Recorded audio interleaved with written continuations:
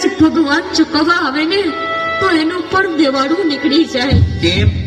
બીમારીમાં બાપુની આંખ ગઈ અને અત્યારે તમારી બીમારીમાં સેવા તો કરીએ જ છીએ ને. સેવા? અહીં આવતો દીકરા, વાસ આવે છે ને? આજ 15 દિવસથી કપડા ધોયા નથી. આવી સેવા તારી વહુ કરે છે. રેવા દે શ્રદ્ધાની માં.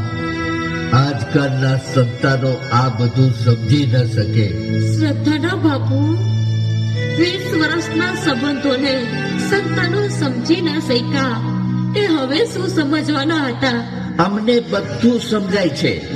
એક કામ કરો, આ સહી કરેલો ચેક છે.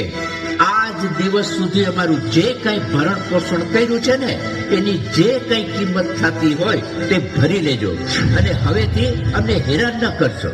દીકરા, આવા કાગળિયા કરતા તો લે આ નાની અમથી કાકરી ખાય.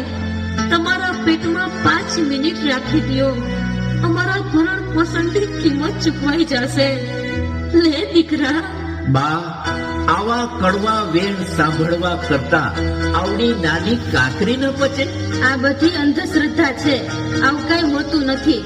ચાલો હવે આપણે જવાનું મોડું થાય છે. અરે, આ શું થાય છે તમને? પેટમાં તકલીફ થાય છે.